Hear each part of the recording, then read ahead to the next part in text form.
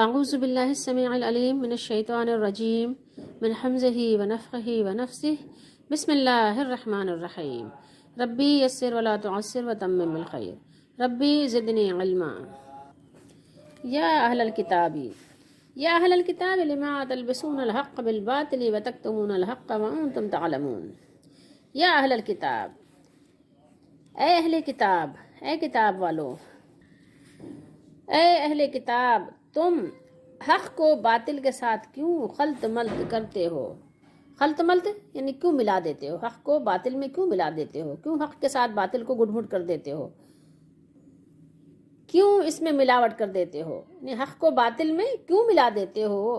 اور تم جانتے بوجھتے حق کو کیوں چھپاتے ہو؟ یہاں دو جرائم اللہ نے بیان فرمائے۔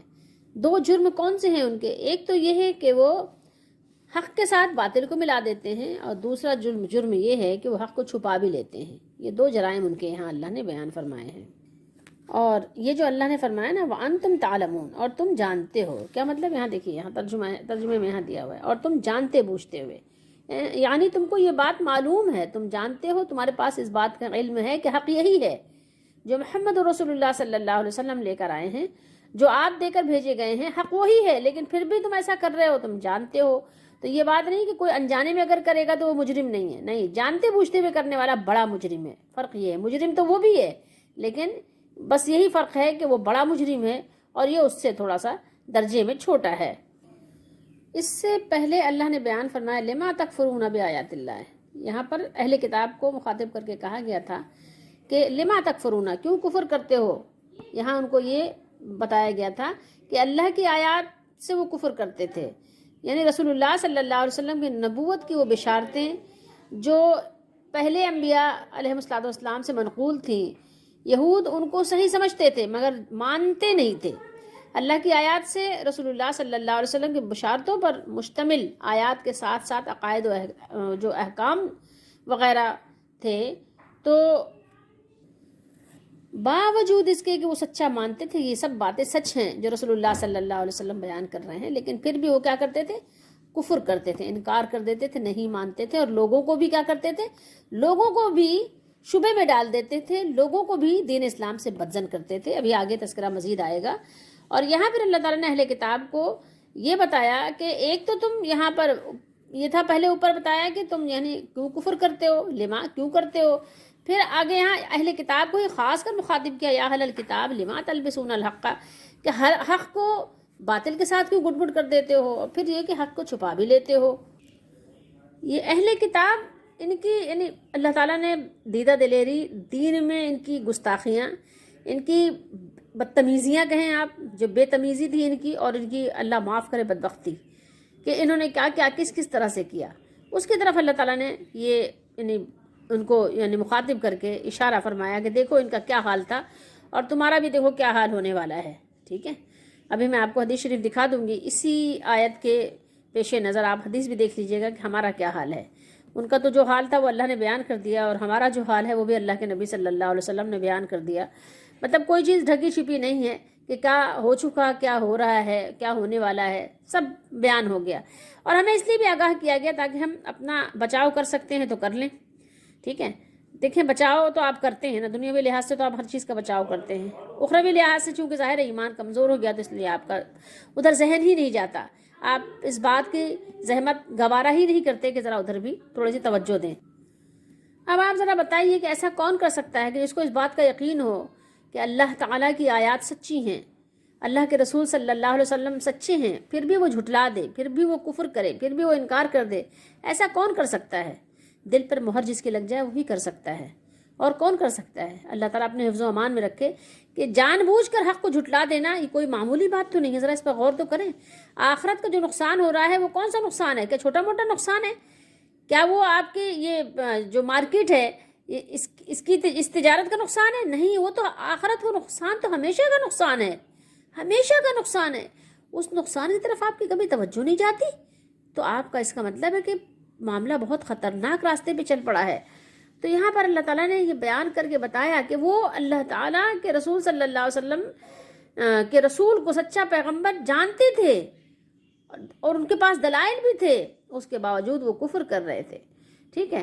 تو اب یہاں ان کو بتایا جا رہا ہے کہ حق کو باطل کے ساتھ ملانا اور حق کو چھپانا یہ ان کا عام طریقہ کار تھا. ٹھیک ہے، ان کی عام عادت بن چکی تھی، ان کا یہ عام شیوا بن چکا ہے. بلکہ آیت میں ان کی اپنی گمراہی کا اللہ تعالیٰ نے بیان فرمایا ہے. ٹھیک ہے، اور دوسروں کو گمراہ کرنے کا ذکر بھی ہے کہ وہ خود اپنے آپ تو گمراہ ہو ہی گئے، لیکن وہ دوسروں کو بھی گمراہ کرتے ہیں. وہ چاہتے ہیں کہ آپ کو بھی کافر بنا دیں، مسلمانوں کو بھی کافر بنا دیں. اس سے پہلے ہم نے آیات پڑھ لی اور آگے بھی پڑھنے والے ہیں. دیکھیے اوپر ہم نے کیا پڑھا تھا، اہل کتاب میں سے ایک گروہ تمہیں گمراہ کرنا چاہتا ہے. اس کا تو یہی منشا ہے، اس کی تو وہی خواہش ہے. ودت طائفۃ من اہل الکتاب لو یضلونکم، چاہتے ہیں کہ تم کو گمراہ کر دیں، تم کو راہ سے ہٹا دیں. وہ تو چاہتے ہی ہیں. اور پھر آگے جب ہم پڑھیں گے مزید تو آگے بھی یہی بیان ہے، اللہ تعالیٰ نے بیان فرمایا. اب دیکھیے آپ ذرا، آج بھی آپ کو ایسے بہت لوگ ملیں گے جو خود بھی گمراہ ہیں اور دوسرے لوگوں کو بھی چاہتے ہیں کہ وہ گمراہ کر دیں. تو اس کی وجہ کیا تھی، وہ کرتے کیوں تھے ایسا؟ اس کی دو مین جو ہے بڑی وجہیں تھیں، جو وہ دو تھیں خاص کر. ٹھیک ہے، چھوٹی چھوٹی تو بہت ساری تھیں، لیکن دو جو مین وجہیں تھیں وہ ہم آپ کو بتاتے ہیں ابھی. اور اب ذرا غور کیجئے گا، یہ مقام غور ہے، یہ مقام عبرت ہے کہ ہمارے دور میں بھی جو لوگ فرقہ پرست ہیں، جو لوگ فرقوں میں بٹے ہوئے ہیں، فرقہ پرستی اختیار کر رہے ہیں اور کیے ہوئے ہیں، ان کی بھی ایک خاص عادت ہے. وہ بھی ایسا کرنے کے جذبے سے سرشار ہیں. آپ کو نظر آئیں گے ایسے لوگ، تو روزانہ نئی نئی باتیں دین میں لے کر آ رہے ہیں. ٹھیک ہے، اور آپ دیکھیں گے اگر تو ان کی جو غرض و غایت ہے وہ کیا ہے، وہ وہی ہے جو کہ اس سے پہلے یہود و نصارہ کی تھی. جو حشر انہوں نے اپنے دین اور مذہب کے ساتھ کیا تھا، وہی حشر اس امت کے علماء بھی وہ دین اسلام کے ساتھ کر رہے ہیں اور کرنا چاہ رہے ہیں. آئیے پہلے حدیث نمبر دیکھیے، 3456 ہے. اور پھر یہ کہ بیان ہے، حضرت ابی سعید خدری رضی اللہ تعالیٰ عنہ بیان کرتے ہیں کہ نبی کریم صلی اللہ علیہ وسلم نے فرمایا، لَتَتَّبِعُنَّ سَنَنَ مَنْ قَبْلَكُمْ شِبْرًا بِشِبْرٍ وَذِرَاعًا بِذِرَاعٍ حَتَّى لَوْ سَلَكُوا جُحْرَ ضَبٍّ لَسَلَكْتُمُوهُ. قلنا یا رسول اللہ صلی اللہ علیہ وسلم صلی اللہ علیہ وسلم الیہود والنصارى قال فمن. آئیے اس صیغے کی تھوڑی سی تحقیق دیکھ لیجئے، لتتبعن کی تھوڑی سی تحقیق دیکھ لیجئے، زیادہ نہیں. لام پہلے آیا، کیا ہے؟ لام تاکید ہے. اور آخر میں کیا آیا؟ نون مشدد ثقیلہ. ٹھیک ہے، یہ دو تاکید یہاں پر مل گئے ہیں. بس اتنا جان لیجئے، اس صیغے میں دو تاکید ہیں. ٹھیک ہے، اچھا اب جو ہے آپ ترجمہ دیکھ لیجئے کہ ترجمہ کیا ہے. فرمایا رسول اللہ صلی اللہ تعالیٰ علیہ وآلہ وسلم نے کہ تم لوگ پہلی امتوں کے طریقوں کی قدم بقدم پیروی کرو گے. ٹھیک ہے، یعنی بالشت بالشت، قدم قدم، اور ہاتھ ہاتھ. جیسے گز کو کہتے ہیں نا، ہاتھ بھی کہتے ہیں گز بھی کہتے ہیں. ٹھیک ہے، جیسے کبھی گز نہیں ملتا تو لوگ ہاتھ سے ہی گز کا کام لے لیتے ہیں، اسی طریقے سے. تو قدم بقدم پیروی کرو گے، یہاں تک کہ اگر وہ لوگ کسی ساحنہ، کوئی ایک جانور کا آپ صلی اللہ علیہ وسلم نے نام لیا، کہ سوراخ میں داخل ہوئے ہوں، اگر وہ لوگ کسی یعنی بل میں گھسے ہوں تو تم بھی اس میں داخل ہوگے. یعنی کچھ بھی یعنی کمی نہیں چھوڑو گے. جو کچھ یہود نے کیا، جو کچھ نصارہ نے کیا، تم ان کے طریق کو بالکل طریقے کے ساتھ اس کو اپناؤ گے. مطلب کوئی کمی بیشی نہیں ہوگی، بالکل من و ان اسی طرح سے تم بھی کارگزاری کرو گے جیسا کہ وہ کر کے گئے ہیں. تو صحابہ رضی اللہ تعالیٰ عنہ فرماتے ہیں، قلنا، ہم نے کہا، ہم نے پوچھا، ہم نے کہا یا رسول اللہ صلی اللہ علیہ وسلم، کیا آپ کی مراد پہلی امتوں سے یہود و نصارہ ہیں؟ الیہود والنصارہ، تو آپ صلی اللہ علیہ وسلم نے فرمایا تو اور کون ہے؟ ٹھیک ہے، دیکھیے یہود و نصارہ مراد ہیں. آپ نے فرمایا پھر کون ہو سکتا ہے؟ اس کے علاوہ کون ہے؟ اہل کتاب ہونے میں ان کو ایک خصوصی برتری حاصل ہے. بہت سے انبیاء علیہ السلام ان کی جماعت میں تشریف لائے ہیں، ان کے جس گروہ سے ان کا تعلق تھا.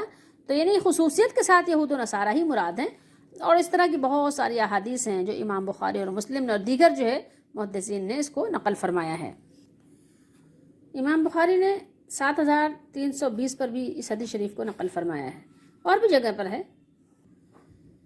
اب آپ نے یہ احادیث مبارکہ دیکھ بھی لی، سن بھی لی، پڑھ بھی لی. ٹھیک ہے، آپ کے سامنے یہ موجود ہیں، آپ نے پڑھ بھی لی. اب ہم تھوڑا سا تجزیہ کرتے ہیں کہ یہود و نصارہ نے کیا کیا تھا اور ہم کیا کر رہے ہیں. ٹھیک ہے، کس طرح سے ہمارے اور ان کے اعمال میں تطبیق ہوئی ہے، ذرا اس پر بھی غور کر لیتے ہیں۔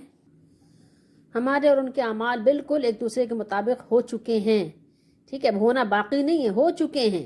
آپ اگر غور کریں گے تو آپ کو پتہ چلے گا جو اللہ نے فرمایا، تو یعنی تم حق کے ساتھ باطل کو ملاتے ہو، رسول اللہ صلی اللہ علیہ وسلم نے جو بتایا کہ یہ امت بھی کیا کرنے والی ہے، تو ہمارے اور ان کے اعمال میں ایک دوسرے سے بالکل مطابقت ہو چکی ہے، ٹھیک ہے۔ اچھا، تو اب آئیے دیکھتے ہیں، یہ لما تلبسونا، یہاں پر یہ صیغہ آیا ہے تلبسونا کا، جمع کا صیغہ ہے، تو اس پر بھی یعنی لباسا یلبسو تلبسو، ٹھیک ہے۔ اللہ تعالیٰ نے یہاں فرمایا، یہ کیا معنی ہوتا ہے لباسا کا؟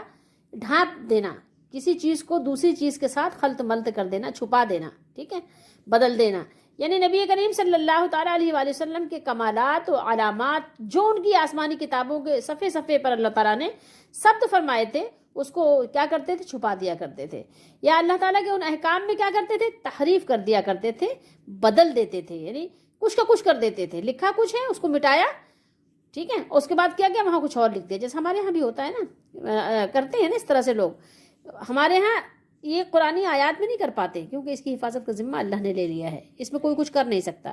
اس کی حفاظت کا ذمہ اللہ نے اس لیے لے لیا کہ اب کوئی نبی تو آنا نہیں ہے، اسی کتاب کو باقی رہنا ہے تا قیامت، جب تک اللہ تعالیٰ چاہے گا تو یہ اس کو باقی رکھنا ہے، تو اس پر عمل کرنے والے لوگ پیدا ہوں گے، تو ان کی رہنمائی کے لیے ایک سامان تو ہونا ہے نا، ایک چیز، اور وہ کتاب کی صورت میں بہترین ہمارے پاس رہنمائی کے لیے ایک راہ عمل موجود ہے، تو یہ موجود رہے گا جب تک اللہ تعالیٰ چاہے گا، اور جب پھر اللہ تعالیٰ چاہے گا تو ظاہر ہے کہ پھر معاملہ سب اسی کے قبضہ اور قدرت اور اختیار میں ہے۔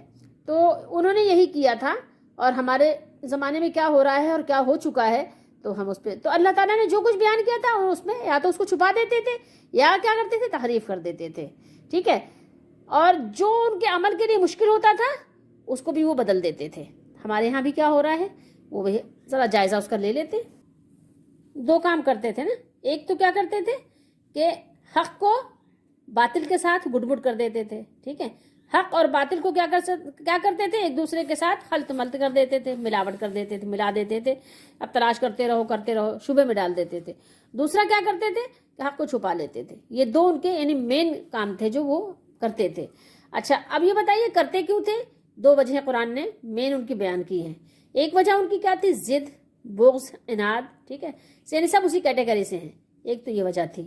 دوسری وجہ ان کی کیا تھی؟ دنیا پرستی، دنیا کی محبت، مال کی محبت، یعنی سب اسی کے زیر تحت آپ کہیں کہ آ جاتے ہیں، سب اسی کے نیچے ہیں۔ یعنی دو ایلیمنٹس تھے جس کی وجہ سے وہ ساری یہ کارگزاری کرتے تھے۔ اب آئیے دیکھتے ہیں کہ وہ لوگ تو کرتے تھے، وہ لوگ کیا کیا کرتے تھے اور ہم کیا کیا کر رہے ہیں، ٹھیک ہے۔ ہمارے ہاں ترجمے میں بھی بہت سارے لوگوں نے تحریف کی ہے، کچھ کا کچھ، جہاں شرک کی بات آئی وہاں کفر سے بدل دیا اس کو، ٹھیک ہے، بہت ساری چیزوں کو بدلنے کی کوشش کی ہے۔ اس کے علاوہ اللہ تعالیٰ نے قرآن مجید میں سورہ فتح میں فرمایا کہ ہم نے آپ کی اگلی پچھلی سب اللہ تعالیٰ نے معاف کر دی۔ اب جو بھی اللہ نے معاف کر دی وہ اللہ جانے، اللہ کا رسول جانے، اس بحث میں ہم نہیں جا رہے ہیں کہ اس کی تفصیل میں جائیں، لیکن اس کی جگہ لوگوں نے کیا ترجمہ کر دیا کہ اللہ تعالیٰ نے آپ کے صدقے آپ کی امت کے معاف کر دیے سب اگلے پچھلے، ٹھیک ہے، یہ ترجمہ کر دیا لوگوں نے۔ تو ترجمے میں تحریف کرنے کی لوگوں نے بہت کوشش کی ہے، اس میں کوئی شک نہیں ہے، لیکن الفاظ نہیں بدل سکتے، عربی متن کو چینج نہیں کر سکتے۔ خیر، اچھا آئیے دیکھیے کہ وہ کیا کرتے تھے اور ہم کیا کر رہے ہیں۔ وہ کیا کرتے تھے اور ہم کیا کر رہے ہیں، ذرا اس پر بھی غور کر لیں گے تو پتہ چل جائے گا کہ جانتے بوجھتے وہ بھی کرتے تھے۔ ایک ابھی فی الحال کی ہم فوراً ریسنٹ جو ہمارے یہاں بھی سامنے ایک مثال گزری ہے، پہلے اس کی مثال لے لیتے ہیں۔ 2021 میں ربیع الاول کا جو مہینہ گزرا تو آپ نے سنا ہوگا، خبروں میں آیا ہوگا اور لوگوں نے دیکھا بھی ہوگا، اور سوشل میڈیا پر بھی بڑی اس کی دھوم دھام تھی کہ ربیع الاول کی میلاد میں ایک حور آ گئی، جنت سے آئی تھی نا ایک حور، نعوذ باللہ استغفر اللہ، اور لوگ کہہ رہے ہیں جنت سے حور آ گئی ہے، نعوذ باللہ استغفر اللہ۔ معلوم ہے کہ یہ کیا ہے، حرام ہے، گناہ ہے، اس کے باوجود بھی ایسا کام کر رہے ہیں، تو کیا ان کو پتہ نہیں ہے کہ یہ غلط ہے؟ لیکن چونکہ ظاہر ہے ان کے بڑے کر چکے ہیں، ان کے جو بڑے کر چکے ہیں تو انہوں نے تو کرنا ہی ہے نا، تو کر رہے ہیں، وہ دھڑلے سے کر رہے ہیں، کوئی ڈر نہیں رہے ہیں، تو کوئی کیا کہے گا، کتنی لعنت پڑے گی، کتنی یعنی بے باکی ہے، کتنا بڑا جرم ہے اس طرح کی باتیں کرنا، اور جانتے بوجھتے ہوئے کر رہے ہیں، ٹھیک ہے۔ اچھا ایک اور دیکھیے آپ، یہود و نصارہ کو جو کچھ پسند ہوتا تھا وہ کرتے تھے، جو پسند نہیں ہوتا تھا اس کو نہیں کرتے تھے، اس کے لیے وہ تعویلات نکال لیتے تھے۔ ہمارے یہاں بھی آپ دیکھ لیجئے، ہمارے یہاں آپ بالکل آپ اس کو مشاہدہ کر سکتے ہیں، ملاحظہ کر سکتے ہیں بڑی یعنی کھلی چشمدید آنکھوں سے۔ اس کے علاوہ وہ قبروں پر کیا کرتے تھے؟ انبیاء علیہ السلام کی قبروں کو پختہ کرتے تھے، پکا بناتے تھے۔ وہاں پر وہ کیا کرتے تھے؟ وہاں پر وہ اس کی جو ہے مسجد بناتے تھے۔ اللہ کے نبی صلی اللہ علیہ وسلم نے لعنت فرمائی، منع فرمایا، ڈرایا، فرمایا کہ شرار الخلق آپ نے دو گروہوں کو فرمایا، ایک وہ جن پر قیامت آئے گی، ایک وہ جو قبروں پر پختہ مسجدیں بناتے ہیں۔ لیکن ہمارے ہاں دیکھیے دھللے سے ہو رہا ہے۔ اگر ان سے پوچھا جائے کہ کیا صحابہ کرام رضی اللہ تعالیٰ عنہ نے یہ کیا تھا، تو پھر اس کی تعویلات کرتے ہیں۔ صحابہ کرام نے تو ایسا نہیں کیا تھا نا۔ کیا صحابہ نے کسی کی قبر پر قبہ بنایا تھا؟ کسی کی قبر پر کمرہ بنایا تھا؟ صحابہ کرام نے کسی کی قبر کا غسل دیا تھا؟ صحابہ کرام نے کسی کی قبر پر چادر چڑھائی تھی؟ آپ کو یہ کوئی چیز کسی بھی حدیث کی کتاب میں نہیں ملے گی، لیکن دھللے سے کر رہے ہیں کیونکہ یہود و نصارہ نے ان کے بڑوں نے کیا ہے، ان کے نقش قدم پہ چل رہے ہیں کہ جو کچھ انہوں نے کیا ہے وہ کچھ وہ کرنا چاہ رہے ہیں اور کر رہے ہیں۔ صحابہ کرام نے کیا عرس کیا تھا؟ صحابہ کرام نے قبروں پہ چراغاں کیا تھا؟ صحابہ کرام قبروں سے مانگتے تھے؟ صحابہ کرام قبر والوں کو دور سے پکارتے تھے؟ دور سے قبر والوں کو پکارنا تو دور کی بات ہے، صحابہ کرام تو رسول اللہ صلی اللہ علیہ وسلم کی زندگی میں، آپ صلی اللہ علیہ وسلم کی مبارک زندگی میں، آپ صلی اللہ علیہ وآلہ وسلم کی بابرکت زندگی میں، آپ صلی اللہ تعالیٰ علیہ وآلہ وسلم کی نزول وحی کی زندگی میں، جب وحی کا نزول ہو رہا تھا، آپ صلی اللہ علیہ وسلم کے جبریل علیہ السلام کی ملاقات کی زندگی میں، آپ صلی اللہ تعالیٰ علیہ وآلہ وسلم کی اللہ تعالیٰ کی طرف سے خبریں آنے والی زندگی میں، صحابہ کرام نے کبھی بھی رسول اللہ صلی اللہ علیہ وسلم کو دور سے نہیں پکارا۔ اگر پکارا ہے تو دیجیے، ثبوت دیجیے نا۔ مکے میں کتنے صحابہ تھے؟ گرفتار تھے، پریشان تھے، مشکل میں تھے، تو کیا کسی صحابی نے پکارا تھا رسول اللہ صلی اللہ علیہ وسلم کو مکے سے؟ یا رسول اللہ صلی اللہ علیہ وسلم اغثنی، اغثنی یا رسول اللہ مدد کیجئے، اغثنا یا رسول اللہ مدد کیجئے، کہیں پکارا تھا؟ پکارا تھا؟ اگر پکارا تھا تو ثبوت دیجئے۔ اسی طریقے سے جب نبی کریم صلی اللہ علیہ وسلم مکے میں تھے، مدینے میں تھے، دور دراز حبش میں بھی صحابہ تھے، وہاں بھی ان پر مشکلات آئیں، سفر میں بھی صحابہ تھے، ان پر بھی مشکلات آئیں، کہاں صحابہ کو مشکلات آئیں۔ یہی نہیں بلکہ جو نجاشی بادشاہ تھا، جب اس کا انتقال ہوا، مسلمان ہو چکا تھا، اس نے پکارا رسول اللہ صلی اللہ علیہ وسلم کو، پکارا، بتاؤ نا، اگر ہے تو پتہ ہے تو بتاؤ نا، اور اگر نہیں پتہ ہے تو ایسا کام کیوں کر رہے ہو جس کے بارے میں تمہیں پتہ ہی نہیں ہو، تحقیق ہی نہیں ہے۔ یہ دین ہے، یہ تمہارے کچن کا دال چاول تھوڑی جیسے چاہو اس کے ساتھ سلوک کرو، یہ دین ہے، دین کو دین سمجھ کر عمل کرنا ہے۔ سوچو تھوڑی دیر کے لیے کہ کیا کر رہے ہو، یہ کیا کر رہے ہو تم، جب تمہیں معلوم نہیں ہے۔ صحابہ کرام نے زندگی میں نہیں پکارا، رسول اللہ صلی اللہ علیہ وسلم نے ایسی تعلیم بھی نہیں دی کہ کہیں مشکل میں پھنس جاؤ تو مجھے پکارو۔ صحابہ کو رسول اللہ صلی اللہ علیہ وسلم نے تعلیم دی کہ اللہ کو پکارو، اللہ سے مانگو، اللہ سے مانگو، لیکن سارا کام وہ کر رہے ہو جو صحابہ کرام رضی اللہ تعالیٰ عنہ نے نہیں کیا تھا۔ صحابہ کرام نے کبھی بھی قبروں پر چادر نہیں چڑھائی۔ ایک مثال آپ نہیں دے سکتے کہ کسی صحابی نے کسی صحابی کی قبر پہ ایک چادر چڑھائی ہو، ایک قبر پر چادر چڑھائی ہو، ایک پھول ڈالا ہو کسی صحابی نے۔ رسول اللہ صلی اللہ علیہ وسلم نے اگر ٹہنی دو گاڑی تھی دو قبروں پر، تو وہ رسول اللہ صلی اللہ علیہ وسلم کا ایک خاص موقع تھا، خاص آپ کا معجزہ تھا، کسی صحابی نے اس کی نقل نہیں کی، کیونکہ رسول اللہ صلی اللہ علیہ وسلم کی تعلیم نہیں تھی۔ صحابہ کو معلوم تھا کہ رسول اللہ صلی اللہ علیہ وسلم کی خصوصیت ہے کہ آپ کو یہاں پر دکھایا گیا کہ ان دو پر عذاب ہو رہا ہے، اور آپ تو جن قبروں پہ ڈال رہے ہو تو یہ سمجھ کے ڈال رہے ہو کہ اللہ کا ولی ہے۔ آپ سوچیے تھوڑی دیر کے لیے، کسی صحابی نے کسی صحابی کی قبر پر پھول ڈالا تھا؟ اگر اندر سے وہ اللہ تعالیٰ نے اس کی قبروں کو وہ ریحوں اور ریحان بنا دیا ہے تو آپ کے اوپر والے پھول کچھ بھی نہیں کریں گے، اور اگر وہاں جہنم کا گڑھا بنا دیا ہے تو آپ کے پھول یہ اوپر سے کچھ بھی نہیں کرنے والے۔ تو کسی صحابی نے کیا تھا، سب کچھ معلوم ہے کہ کچھ نہیں ہوا تھا، لیکن پھر بھی کر رہے ہو کیونکہ نقش قدم پر کسی اور کے چل رہے ہو۔ رسول اللہ صلی اللہ علیہ وسلم کو تو خواہ نام یوز کرتے ہو، نعوذ باللہ استغفر اللہ، کوئی رغبت ہوتی تو اس طریقے کو دوڑ کر پکڑتے، اس کے علاوہ طریقے کو ترک کر دیتے، لیکن تم تو خواہ یہ کہتے ہو کہ رسول اللہ صلی اللہ علیہ وسلم کے عاشق ہیں۔ اگر عاشق ہوتے تو عاشق اپنے معشوق کی باتوں کو چھوڑتا نہیں ہے، آپ اس کو چھوڑتا نہیں ہے، اسی کی رٹ لگاتا ہے، اور آپ تو پتہ نہیں کتنے کو دامن پکڑے ہوئے ہو، کبھی نادی علی پڑھ رہے ہو، کبھی یا غوث المدد پڑھ رہے ہو، دور سے قبر والوں کو پکار رہے ہو، جبکہ رسول اللہ صلی اللہ علیہ وسلم کے چاہنے والوں نے رسول اللہ صلی اللہ علیہ وسلم کو دور سے کبھی بھی نہیں پکارا، کبھی بھی نہیں پکارا۔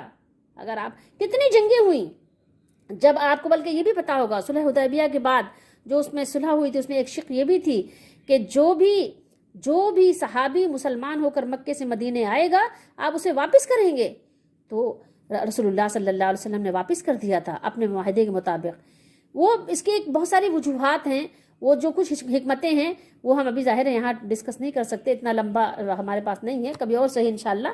لیکن رسول اللہ صلی اللہ علیہ وسلم جو واپس کر دیتے تھے، اور جو ان کے ساتھ ظلم ڈھایا جاتا تھا، جو ظلم ڈھایا جاتا تھا ان کے ساتھ، وہ ڈھکا چھپا نہیں ہے، وہ محدثین نے اس کو نقل کیا ہے، حدیث کی کتابوں میں ساری باتیں مذکور ہیں. لیکن کسی صحابی نے رسول اللہ صلی اللہ علیہ وسلم کو پکارا نہیں، یا رسول اللہ آئیے ہماری مدد کیجیے، اغثنا یا رسول اللہ، اغثنی یا رسول اللہ، کسی نے نہیں پکارا. صدیق اکبر کو کسی نے نہیں پکارا، فاروق اعظم کو کسی نے نہیں پکارا. آپ جانتے ہو کہ صحابہ کا مقام تمام جتنے بھی صالحین ہیں سب سے بڑا ہے، امت کے تمام لوگوں سے صحابہ کا نام کا مقام بڑا ہے. لیکن جب کسی صحابی نے کسی صحابی کو نہیں پکارا تو پھر تم بعد والوں کو کیوں پکارتے ہو؟ تو اس کا مطلب زبان سے تو تم کہتے ہو کہ صحابہ کا مقام سب سے بڑا ہے، لیکن تم عملاً یہ نہیں مانتے. عملاً تم اپنے بزرگوں کو تم صحابہ کرام سے بڑا مقام دیتے ہو، ان کو تو تم دور دور سے پکارتے ہو، قبروں سے پکارتے ہو، ان کو قبر میں وہ پڑے ہوئے ہیں، ان کو بیچاروں کو اپنا نہیں پتا، تم ان کو پکارتے ہو. اللہ نے جو فرمایا، اللہ کی بات حق ہے، اللہ نے فرمایا ان کو کچھ نہیں پتا، ان کو یہ بھی نہیں پتا وہ کب اٹھائے جائیں گے، ان کو یہ بھی نہیں پتا. سورہ نحل میں اللہ نے فرمایا ان کو یہ بھی نہیں پتا، ایانا یبعثون، وہ کب اٹھائے جائیں گے ان کو یہ بھی نہیں پتا. لیکن تم سارا کچھ غور و فکر کرتے رہو قرآن مجید میں، اور اپنے عمل دیکھتے رہو، اور یہود و نصارہ کے عمل پڑھتے رہو، تمہیں پتہ چل جائے گا کہ وہ کیا کرتے تھے اور تم کیا کر رہے ہو، تم کس کے نقش قدم پر چل رہے ہو. تم کہتے ہو تو یہ ہو کہ تم رسول اللہ صلی اللہ علیہ وسلم کے طریق پہ ہو، صحابہ کے طریق پر ہو، لیکن تم ہو یہود و نصارہ کے طریق پر، جس طریق پر رسول اللہ صلی اللہ علیہ وسلم نے تمہیں یہ آگاہ کیا تھا کہ دیکھو اس طریق سے بچنا، وہ جہنم کا طریق ہے. لیکن تم نے اسی طریق کو اختیار کر لیا، اسی سلوک کو اختیار کر دیا، اسی راستے کو اختیار کر لیا. اللہ تعالی ہم سب کو بچائے، ہم سب کو اپنے پناہ میں رکھے. زبانی دعوے کچھ کام نہیں آئیں گے، اور کام وہی آئے گا کہ جس نے ایمان اور یقین کے ساتھ رسول اللہ صلی اللہ علیہ وسلم کے لائے ہوئے دین کو قبول کیا، اسی کو اختیار کیا، اسی پر عمل کیا، اسی پر موت آئی.